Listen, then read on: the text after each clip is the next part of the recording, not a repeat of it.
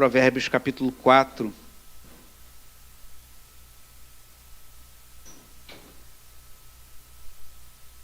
Provérbios capítulo 4.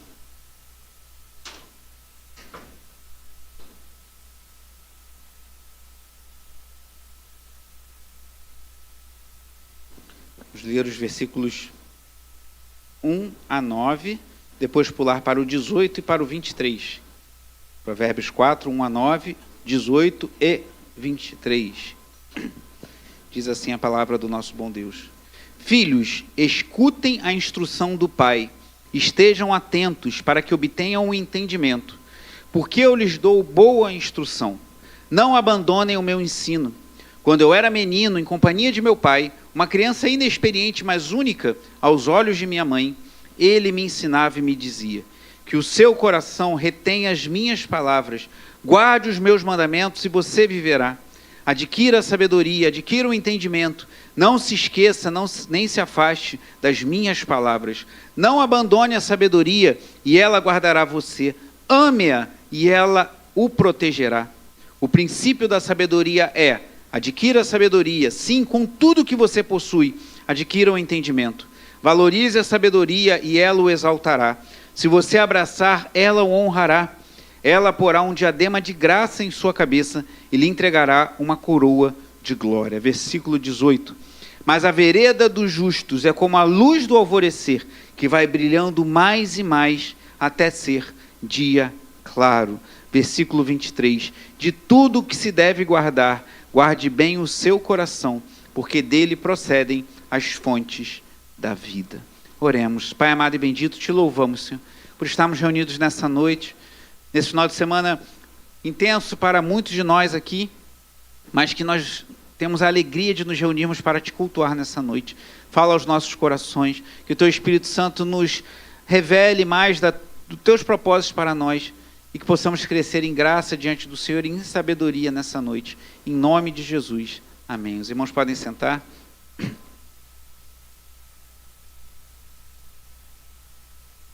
Mas essa semana eu tive um lazer, uma distração assim, um pouco diferente. Eu sei que alguns vão achar loucura, mas para quem gosta de obra vai concordar comigo que é divertido. Tinha uma loja de móveis aqui ao lado, e a loja fechou no dia seguinte o pessoal já estava fazendo obra. E para quem gosta de obra e já trabalhou com obra um pouquinho, eu trabalhei muito com projeto, mas trabalhei também em algumas obras. A gente percebe quando uma obra é feita com investimento, com recurso e com profissionais minimamente qualificados. Eu comecei a ver, o negócio ali está andando muito rápido. Não sei de quem é a obra, não sei. Eu sei que vai ser um restaurante ali. Não sei se esse restaurante vai nos dar problema, espero que não. Oremos para que eles não coloquem música alta e atrapalhem o nosso culto à noite, especialmente. Mas que sejam bons vizinhos. Mas, tirando toda essa preocupação e o foco de oração que devemos ter, olhando só para a obra, eu fiquei maravilhado, irmãos, olhando aquela estrutura metálica. Os caras arrancaram tudo num dia. No outro seguinte, já subiram uma estrutura metálica e já colocaram uma calha grandona, assim. Ali dá para chover torrentes de águas e aquela calha deve segurar, que é muito grande. E botaram telhas e fizeram toda uma estrutura metálica, pintaram tudo, e eu passava ali, dar uma espiadinha. Outro dia eu saí com o carro, que eu parei o carro aqui para colocar um negócio aqui na igreja, e saí daqui, parei e fiquei agarrado um pouco aqui atrás dos ônibus, no ponto final, no ponto de ônibus aqui, e aí já fiquei olhando o cara chapando massa. Plá, plá. Eu olhei, esse pedreiro é bom, o cara sabe chapar massa direito. Esse é bom. Via que o cara chapava assim, com firmeza. Isso de manhã.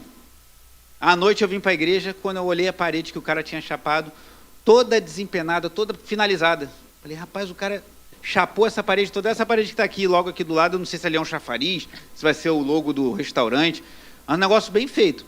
Falei, rapaz, o cara é bom mesmo. O cara não só chapou a massa ali, mas deixou tudo lisinho, direitinho. Então, para quem gosta de obra, né, Rogério? Rogério gosta de obra também, né, dos meus, né? A gente vê essas coisas, uma coisa que quem gosta de obra fica fascinado é o cheiro do... Né, Rogério, quando é aquele cheirinho de concreto, os caras viram a massa e vem aquele cheirinho, parece um perfume para quem gosta de obra. Para quem é alérgico, é a morte. Né? Quem tem alergia fica espirrando 3 dias, mas para quem gosta de obra, aquilo é uma alegria. Mas por que eu estou falando isso para vocês? Não sei de quem é o restaurante, não sei, não tem informação nenhuma, só vi um letreiro, uma faixa dizendo que ele vai ser um restaurante e fiquei observando como uma obra bem feita. E por que eu estou falando isso? Como uma ilustração de algo que é Uma obra bem feita, ela é algo que é planejado, que é programado, que é feito com zelo, com dedicação, e tudo caminhando bem, termina bem. A nossa vida não é uma obra no sentido da construção civil, mas é algo que está sendo construído. E é muito bom quando a gente vê a nossa vida sendo colocada como aquela estrutura metálica ali foi colocada. Eu trabalhei com estrutura metálica, quando você vê uma estrutura metálica bem feita, embora aquela ali seja bem simples, mas bem feita, é muito bonito. Então, quando você vê uma estrutura bem feita, bem amarrada, bem fixada, bem pintada, dá gosto você ver o negócio sendo bem feito assim. E as nossas vidas são como um projeto, como algo que Deus estabeleceu para nós seguirmos, trilharmos um caminho e vivermos uma vida sábia que glorifica a Deus. E é sobre isso que Provérbios 4 nos fala. Como tenho dito, e falei isso bastante pela manhã, eu recomendo que você depois ouça a mensagem da manhã se você não esteve aqui, e também a de semana passada. O livro de Provérbios é um livro de princípios gerais. Inclusive tem um vídeo, resumo de Provérbios, que depois eu vou disponibilizar. A Úrsula já viu, né? A Úrsula é do Bible Project, não é isso? Muito interessante. E eles falam sobre isso nesse vídeo, que é bem resumido, são menos de 10 minutos, e fazem um bom resumo do livro de Provérbios, falando que é um livro que tem princípios gerais. Por que é importante a gente entender isso? Porque senão você pode se frustrar se você seguir um conselho do livro de Provérbios e de repente você se vê numa situação difícil, mas isso não acontece. São princípios gerais para uma vida sábia, uma construção bela que venha glorificar a Deus, e devemos glorificar a Deus vivendo uma vida sábia, mas por vezes, assim como foi na vida de Jó, assim como foi na vida de Jesus, surgem circunstâncias que o justo passa por aflição. Então o justo deve viver o que Provérbios nos ensina, mas isso não nos isenta de por vezes passar por aflições e dificuldades. E aqui em Provérbios 4, há uma orientação paternal. É mesmo como um pai falando ao filho. Uma pessoa falava comigo mais cedo hoje, que gostaria que o filho estivesse aqui ouvindo essas mensagens, porque queria que ele ouvisse uma mensagem, um conselho, uma orientação paternal. Isso é muito bom, e nós como pais podemos levar esse ensino para os nossos filhos dentro da nossa casa. E aqui, irmãos, eu vou dividir essa mensagem em 3 pontos, e é fácil de você visualizar se você estiver lendo o livro de Provérbios. Se não tiver, eu te recomendo que você faça isso. E você chegar em Provérbios 4, a divisão está bem intuitiva, porque quando o autor, ele fala, meu filho, ou filhos, no versículo 1 ele fala, filhos, escutem a instrução do pai. No versículo 10 ele fala, meu filho, escute e aceite as minhas palavras. E no versículo 20, novamente, meu filho, escute as minhas palavras, preste atenção. Então, cada vez que você vê isso, filho ou meu filho, a gente vai estar mudando de capítulo aqui nessa mensagem, mudando de tópico. E esses 3 tópicos eu vou pedir ajuda aí das nossas jovens, que têm feito um trabalho maravilhoso aí para nos ajudar nessa jornada por Provérbios. Primeiro, o ensino do sábio, do pai sábio que visa ter um filho sábio. Depois, a vereda do sábio, aquele que ouve os conselhos do pai, deve caminhar de uma forma que glorifique a Deus. E o coração do homem sábio. Esses 3 pontos que veremos nessa noite. Primeiro ponto, o ensino do sábio. O pai, falando ao filho, diz, filhos, escutem a instrução do pai. Estejam atentos para que obtenham entendimento, porque eu lhes dou boa instrução. Não abandonem o meu ensino. Versículo 3, olha que imagem interessante. É uma imagem muito típica da cultura hebraica. O pai com os filhos à mesa, ou em algum lugar, ensinando as coisas. O pai, que eu digo, não são os pais, é o pai mesmo, um homem. Ensinando coisas ao seu filho. Até uma imagem tem um cantor que canta música hebraica, e às vezes eu gosto de ouvi-lo, e num das apresentações, ele faz umas apresentações, acho que até lá em Israel, tem um telão de LED enorme, umas imagens muito bonitas. E uma das imagens é um pai, um típico pai judeu, ou também tem uma imagem de um rabino com aquele chapeuzinho, com aquele estilo típico do judeu atual, e com crianças ao redor, ensinando a lei do Senhor, ensinando a Torá, ensinando aos seus filhos. E a imagem que nos remete o versículo 3 é exatamente isso, pois ele diz, quando eu era menino, em companhia de meu pai, uma criança inexperiente, mas única aos olhos de minha mãe, ele me ensinava e me dizia, que o seu coração retenha as minhas palavras, guarde os meus mandamentos e você viverá. E eu quero fazer um desafio para você que, como eu, é pai. Quando o seu filho for adulto, como possivelmente Salomão, quando escreveu, que foi possivelmente quem escreveu essas palavras, a maior parte do livro de Provérbios é atribuída a Salomão, logo no início do livro aparece o nome dele. Mas, quando o meu filho quando o seu filho, quando a minha filha, quando a sua filha estiver na idade adulta, se é que ela já não está, qual é a lembrança que ela traz de você como pai? O que vem à sua mente? Será que ela tem essa tenra memória de Salomão nesse texto? O menino na companhia do pai, uma criança experiente, única aos olhos da mãe, e o pai ensinando que o seu coração retenha as suas palavras, guarde os meus mandamentos, se você viverá. Se você tem filhos pequenos ainda, nós temos ainda um espaço de oportunidade, uma janela de oportunidade para cravar, para fincar no coração deles uma lembrança valiosa como essa que Salomão tinha. Eu tenho lembranças do meu pai. Na nossa infância ele gostava às vezes de viajar. Meus pais se divorciaram, eu tinha 6 anos, eu era muito pequeno. Tem uma lembrança de uma viagem que fez a família toda lá para o Espírito Santo, mas é aquela coisa muito assim, né? Eu tinha menos de 6 anos, eu não lembro. Mas depois, um pouquinho maior e no início da adolescência, às vezes meu pai pegava a gente no final de semana, gostava muito de viajar para Teresópolis, inclusive, e alguns lugares assim perto, e a gente ia passear, e essas memórias eu tenho na minha mente e trago no meu coração. E que memórias você tem dos seus pais? E que memória você, pai, deseja deixar como legado para o seu filho? É claro que isso se aplica também às mães, é claro que isso se aplica também a avós que estão aqui, a tias que têm crianças sob seus cuidados. O que nós estamos legando ao coração dos nossos pequenos?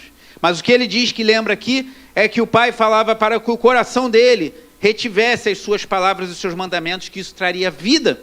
Versículo 5, adquira a sabedoria, adquira o entendimento, não se esqueça nem se afaste das minhas palavras, não abandone a sabedoria e ela guardará você. Versículo 6, ame-a e ela o protegerá. Olha que coisa forte, ame a sabedoria e ela protegerá a sua vida. Versículo 7, o princípio da sabedoria é: adquira a sabedoria, sim, com tudo que você possui, adquira o entendimento, valorize a sabedoria e ela o exaltará. Se você a abraçar, ela o honrará. Ela porá um diadema de graça em sua cabeça e lhe entregará uma coroa de glória. Que palavras belas. Quando nos apegamos à sabedoria que vem de Deus, há uma promessa, como falei muito pela manhã, há muitas promessas de bênçãos. Não temos garantia de que vamos ter uma vida fácil. Afinal, o próprio Cristo falou: no mundo tereis aflições, mas tem de bom ânimo, eu venci o mundo. Mas, vivendo os princípios da palavra de Deus, há promessas de paz, de prosperidade no sentido pleno. Não só prosperidade financeira, mas paz, alegria em meio às tribulações. Então, o primeiro ponto aqui, o ensino do sábio, do pai sábio, ao filho que ele deseja que também seja sábio, é que ele ame a sabedoria, que ele agarre a sabedoria. Irmãos, como nós precisamos viver uma vida sábia? Porque nós vivemos numa cultura muito insensata, uma cultura que chama mal aquilo que a Bíblia chama de bem, que chama de bem aquilo que a Bíblia chama de mal. Uma cultura em que muitos têm sido criados em famílias desestruturadas, ou, como dizem os psicólogos, famílias disfuncionais. A revolução sexual da década de 60 já aconteceu algumas décadas atrás e nós estamos colhendo seus frutos podres até os dias de hoje. Quando eu era criança, na companhia do meu pai, como diz ele aqui, mas eu, na minha infância lá, no início da década de 1980, já era relativamente comum ter crianças na minha turma que viviam numa casa com pais separados. Eu mesmo fui um desses. Mas não era tão comum como hoje em dia. Hoje em dia a coisa virou. O que a gente vê por aí é muito mais comum crianças que sejam fruto de uma separação, de um divórcio, ou mesmo de pais que nunca se casaram ou nunca tiveram um relacionamento sólido, do que crianças com uma estrutura familiar. Na igreja, graças a Deus, isso é menos frequente. Às vezes em escolas cristãs que são frequentadas muito por famílias cristãs, isso acontece numa dimensão menor, mas na cultura como um todo, na sociedade como um todo, é muito comum crianças viverem já desde muito novas, com seus pais divorciados, com famílias passando por problemas. Então a nossa cultura, a nossa sociedade, mais do que nunca, precisa se agarrar à sabedoria bíblica. Nós precisamos, você, meu irmão, precisa, seus filhos precisam, seu marido precisa, sua esposa precisa, e ela será um diadema de graça em sua cabeça. Então, primeira coisa, o ensino do homem sábio, do pai sábio, para que o filho se torne sábio também. Segundo ponto ali, a vereda do sábio. E aí, novamente, temos aqui, meu filho, escute. Então, um novo capítulo aqui em Provérbios 4, em que ele diz, meu filho, escute e aceite as minhas palavras, e os anos de sua vida se multiplicarão. Eu ensinei a você o caminho da sabedoria, e o fiz andar pelas veredas da retidão. Você vê que a ênfase do autor bíblico aqui deixa de ser no ensino para ser no caminho. E aí eu te pergunto, o que tem feito a sua cabeça, né? Quando eu era jovem tinha muito esse termo, não sei o que faz a minha cabeça. Hoje em dia eu não sei se os jovens falam muito isso, até porque eu já não sou jovem há muito tempo, mas o que tem feito a sua cabeça, o que tem levado você a caminhar? Porque o que a gente vê no ponto 1, o ensino, aquilo que entra na nossa mente, aquilo que guia os nossos pensamentos, direciona o nosso caminhar.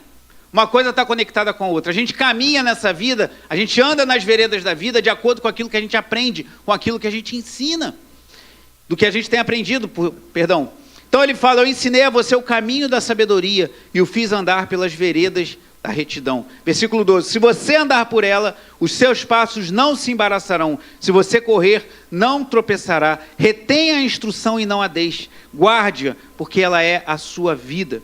Não entre na vereda dos ímpios, nem siga pelo caminho dos maus. Evite esse caminho, não passe por ele. Desvie-se dele e passe longe.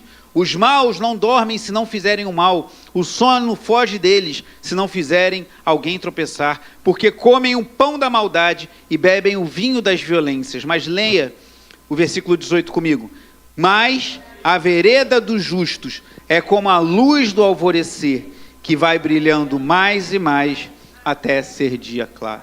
Então, qual é a imagem que vem aqui? O pai sábio, instruindo o seu filho, falando, ouça os meus caminhos. Ele faz um contraste aqui, entre o caminho do ímpio, o caminho do mal, o caminho do violento e a vereda do justo. Fala, meu filho, siga o caminho da fidelidade, da sensatez, não o caminho da impiedade.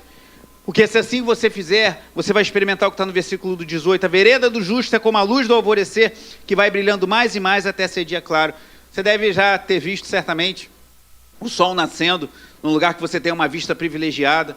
Lá em São Luís, né, Nilson? Da praia que eu pescava, Nilson... humilhando os irmãos, tá vendo? Na praia que eu pescava, eu vi o sol nascendo, mano.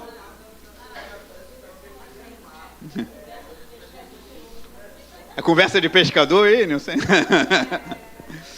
Mas você deve ter estado numa praia ou numa serra que você vê o sol nascendo. E é muito bonito você ver o sol nascendo e brilhando cada vez mais. É essa imagem lindíssima, poética, que a Bíblia nos apresenta aqui, falando do meu caminho, do seu caminho.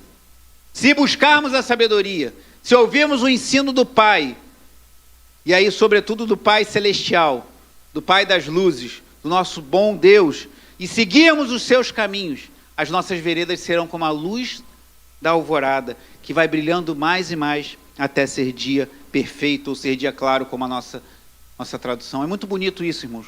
A gente vê pessoas crescendo na graça do Senhor, crescendo no conhecimento do Senhor e deixando um legado abençoador para os seus. Qual o legado que você vai deixar? Qual o legado que você vai deixar para as pessoas que estão ao seu redor? Essa semana o pastor Leandro falava, semana passada tivemos o sepultamento da sua mãezinha, irmã Ana Palheiro, momento de muita comoção, uma irmã muito querida na igreja da freguesia. Vitor esteve lá, Úrsula também, Silvia, né? Esteve lá, acho que a Carlinha também foi, né, Carlinha? Mas temos irmãos aqui que foram da freguesia, que estiveram lá no sepultamento. E aconteceram outros sepultamentos. E eu fui fazer uma conta, irmãos. Em menos de 2 meses eu estive em 6 sepultamentos. Falei, caramba. Esse ano estava devagar e de repente veio a galope. E é curioso que, fatalmente, nesses momentos de sepultamento, a gente faz uma reflexão sobre o legado que deixamos. Que a vida dessas 6 pessoas, e teve mais 2 que eu não fui. Então, nos últimos 2 meses, pessoas conhecidas, foram 8 sepultamentos. Conseguiu bater o recorde do ano passado, que já era bem intenso, de uns 12 sepultamentos no ano passado. Essas pessoas, normalmente, quando a gente está num momento desse, eu gosto muito, e em 2 desses sepultamentos eu citei esse versículo de Eclesiastes 7:2, que diz, é melhor ir à casa onde há luto do que onde há festa, porque os homens veem o seu fim e devem aplicar ao seu coração. É um bom momento para você, bom não é, mas é um momento propício para você fazer uma reflexão. Inclusive, se você estiver num sepultamento, uma dica. Eu sempre começo assim, sem falar boa tarde, bom dia. Está a família lá chorando, lamentando a perda de um ente querido, chorando com saudade. Você diz assim, boa tarde! Gente que só fala assim, boa tarde, tudo bem com você? Parece um apresentador de auditório. Misericórdia, não faça isso. Se você tiver uma oportunidade, né, Vitor? Não faça isso. E pior que tem gente que abre um boa tarde, um sorrisão, boa tarde. Não faça isso, porque é até uma falta de respeito com a família.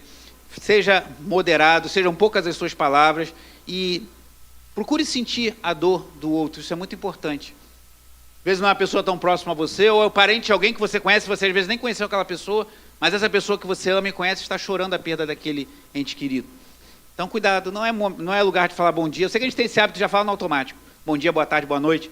Mas, queridos, amados, estamos aqui nos despedindo do fulano, estamos aqui para celebrar a vida que tivemos ao lado dessa pessoa que hoje nos deixa.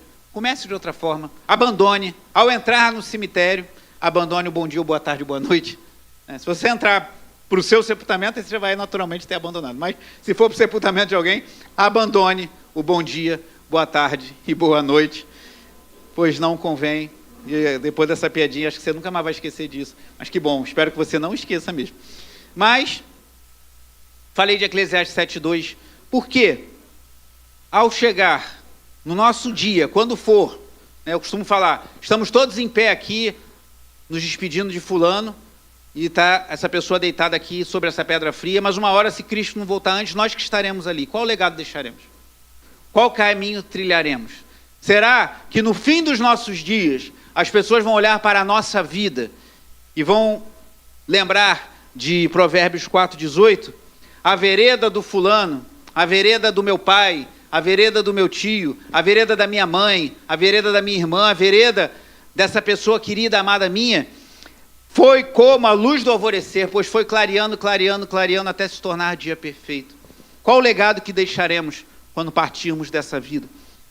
Se buscarmos a sabedoria, se escutarmos a palavra, o ensino do Pai, sobretudo do Pai Celestial, e vivermos uma vida que glorifique ao Senhor, a nossa vereda vai ser de uma luz brilhante, cada vez maior, para a glória e honra do nosso Deus. Mas olha o contraste claro no versículo 19. Se a vereda dos justos, no versículo 18, é como a luz que vai brilhando mais e mais até ser dia claro, por sua vez, versículo 19, o caminho dos ímpios é como eles nem sabem em que tropeçam.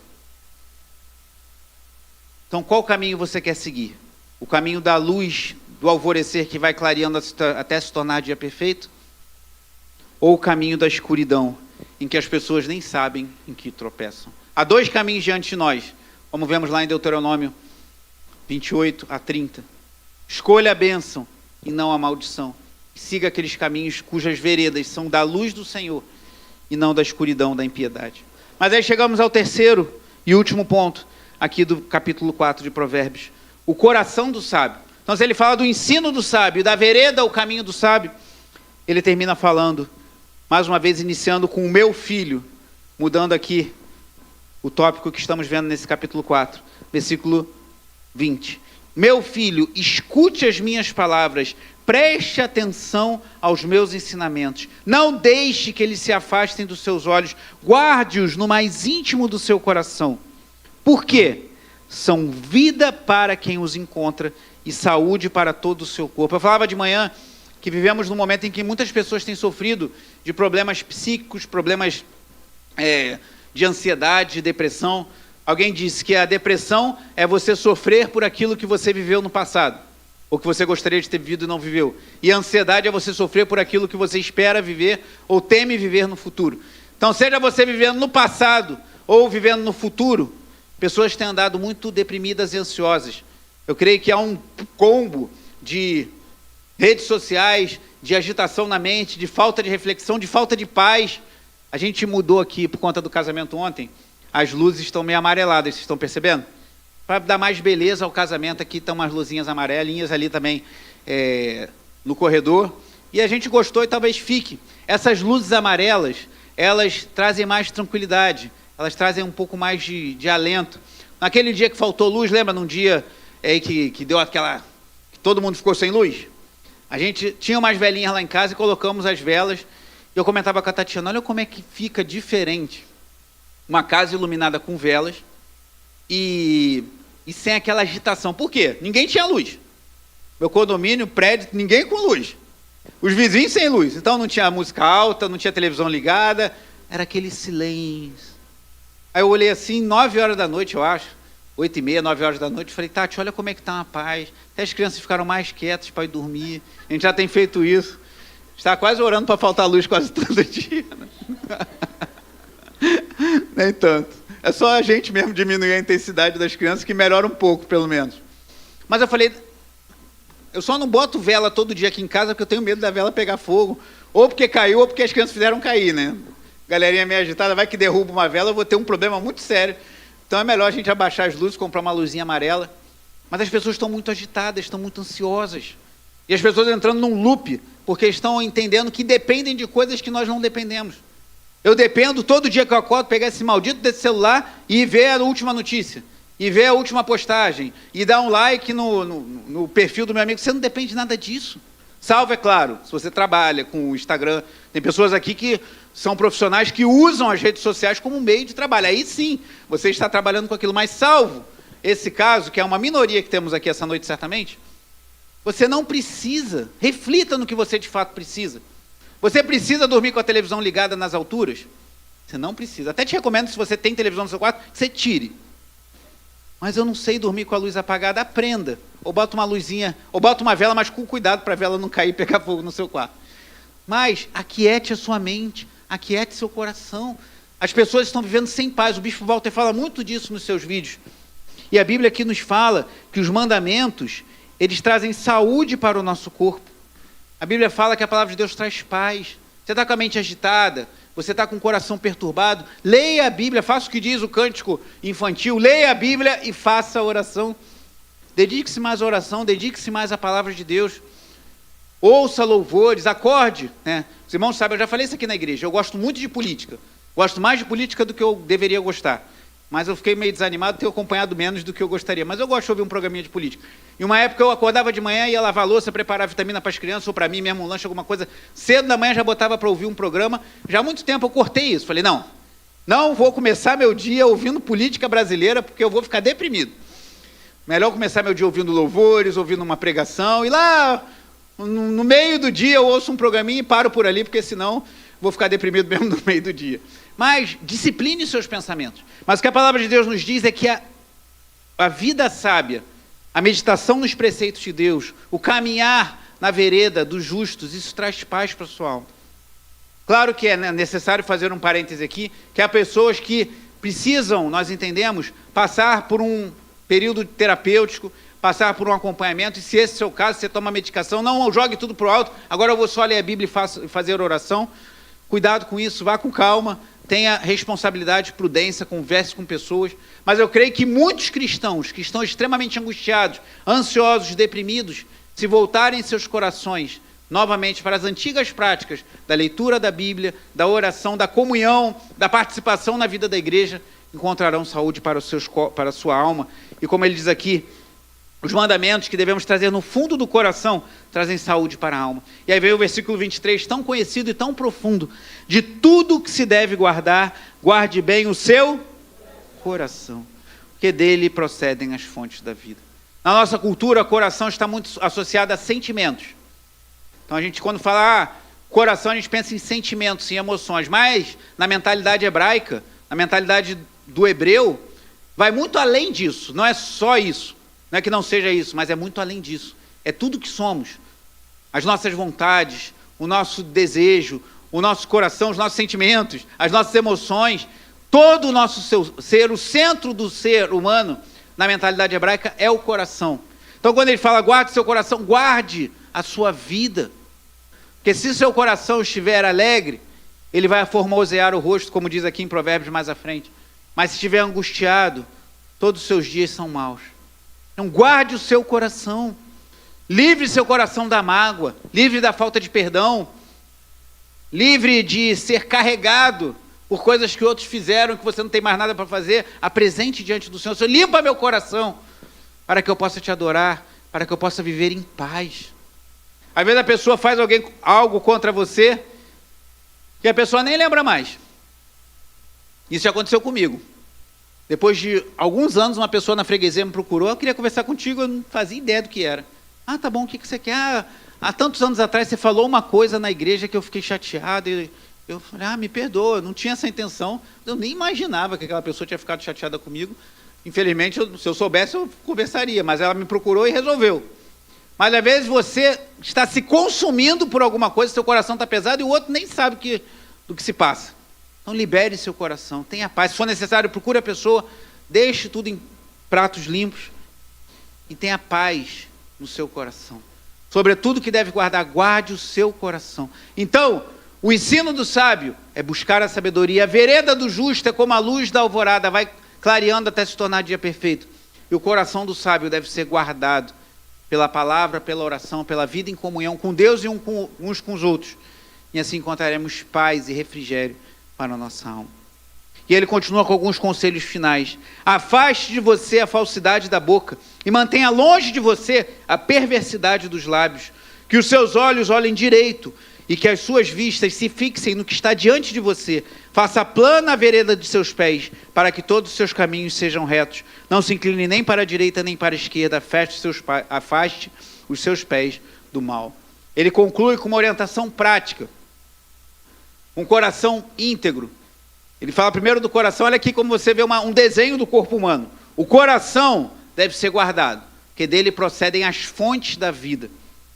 A boca deve ser afastada a falsidade da boca. Então, coração guardado, boca íntegra, pura. Os olhos, olhem direito. Olhe para aquilo que traz alegria, paz e não leva você a pecar. Os pés, caminhando por veredas planas. Não se incline nem para a direita nem para a esquerda. Afaste seus pés do mal. Então, aqui vem uma imagem de elementos do corpo humano. O coração guardado, a boca preservada para falar aquilo que edifica, como está lá no Novo Testamento. Os pés em caminhos de veredas justas e os olhos olhando naquilo que glorifica ao nome do nosso Senhor. Esse é o ensino, essa é a vereda e esse é onde deve estar o nosso coração. Vai lá comigo em Tiago, capítulo 1.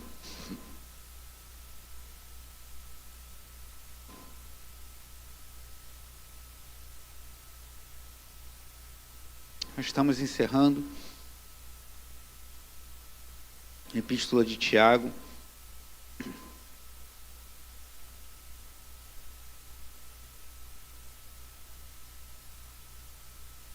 Hebreus, Tiago, capítulo 1.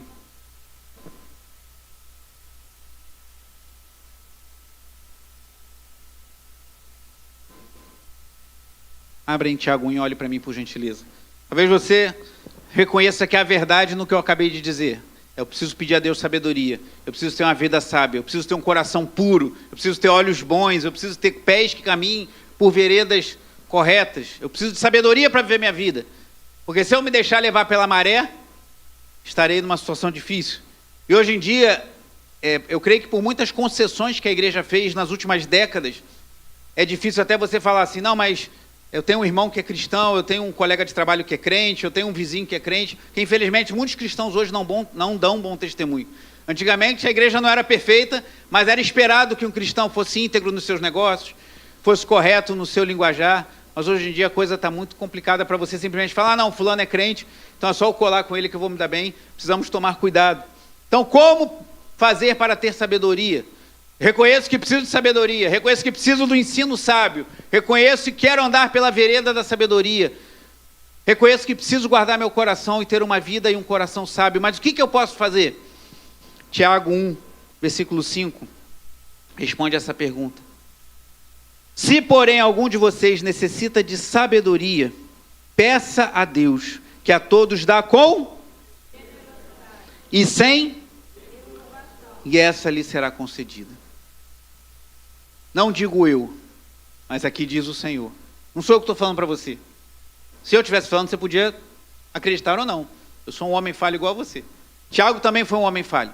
Mas essa aqui é a palavra de Deus. Essa é a palavra que Deus concede autoridade para nós crermos. Então eu não posso falar da minha cabeça, mas a palavra de Deus diz, se você precisa de sabedoria, peça a Deus. Você pode marcar um gabinete comigo, eu posso te ajudar a resolver algumas coisas. Você pode procurar um diácono, você pode procurar um líder da igreja, você pode procurar um irmão amado, que pode te ajudar a andar na vereda dos justos. E isso é bom. Vivemos de manhã a importância de caminharmos em comunhão.